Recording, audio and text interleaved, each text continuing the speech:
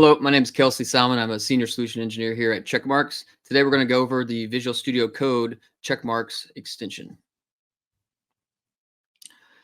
So first thing we need to do is go to our Visual Studio and go ahead and grab the plugin from the marketplace for Checkmarx.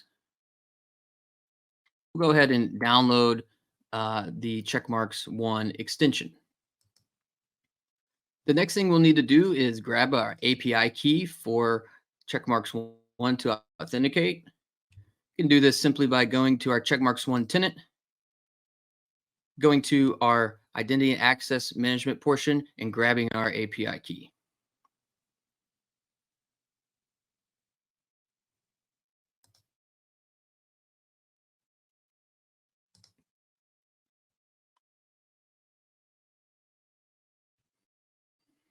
Once Visual Studio. Now we've got a number of settings here, like the guided remediation that we provide for infrastructure as code. We can also add additional parameters like file filters to our Checkmarx 1 scans. Now, using the Checkmarx 1 plugin is very simple. We'll simply go to our workspace that we're working on our code. We can go to the Checkmarx 1 extension, and from there we'll be able to see the results that we have from our latest scan. So we have a sample project here on the master branch with the latest scan open. You can see we're given a variety of information like the high, medium, and lows, as well as the engines that were used.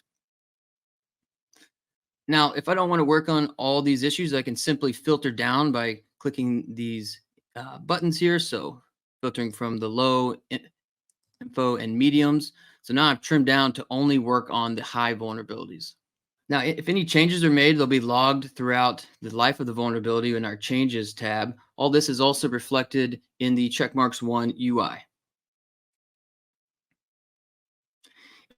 If I need to learn more, I can click this deep link to code bashing, and I'll be taken to our developer training tool with bite-sized training, 5 to 10 minute training sessions on this particular vulnerability category.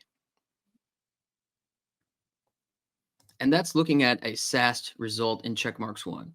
So now let's look at a SAST result inside Visual Studio Code. You can see I branched out my results. I'm going to work on the confirmed vulnerability here. And as we click that, we're taken to the vulnerability description. Inside Visual Studio Code, we're going to be given the information that Checkmarx 1 provides from this vulnerability that was found. So this is a bespoke response saying this particular method embeds untrusted data in our output. We're given the attack vector, which we can walk through the data flow that Checkmarx went through to find this vulnerability. This is helpful for understanding the source and sync files. We can also click Learn More to be given the risk, cause, and general recommendations of how to fix this vulnerability. So understanding what the risk is in this vulnerability category, what causes this vulnerability, and some recommendations as well to fix it. I'm also given remediation examples. These code snippets help me fix the vulnerability faster by having live code examples presented to me. I can also track any changes with this vulnerability over time. So if any comments, state change happen, I'm able to track those.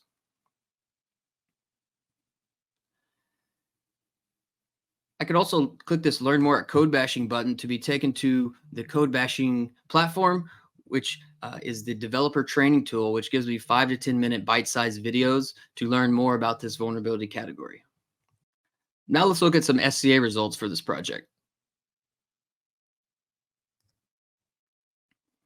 So as we drill down into our high confirmed vulnerabilities for SCA, I can see I've got a couple packages with vulnerabilities.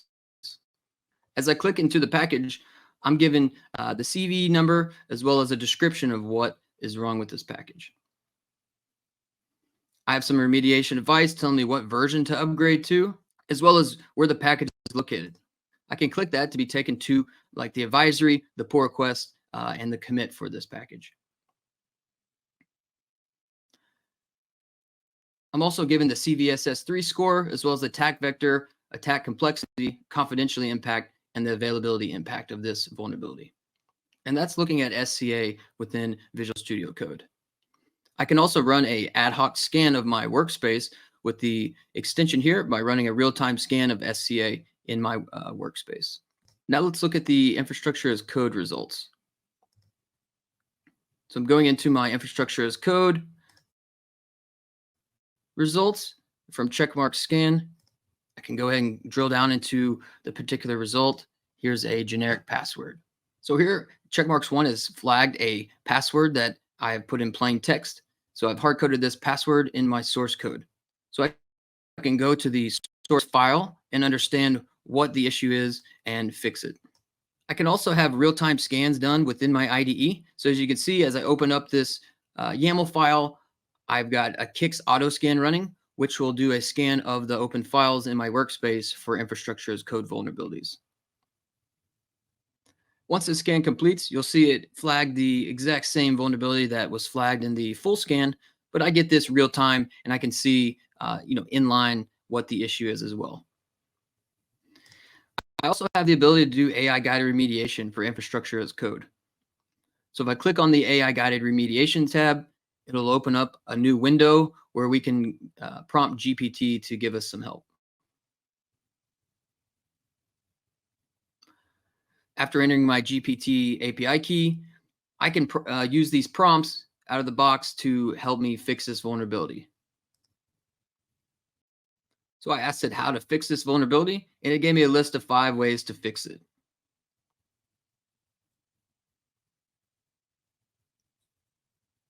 And that's using infrastructure as code with the AI guided remediation within Visual Studio Code. And so that was a quick overview of how to use the Checkmarx 1 plugin inside Visual Studio Code. If you'd like to learn more, go check out our website, checkmarx.com, for more demos and videos.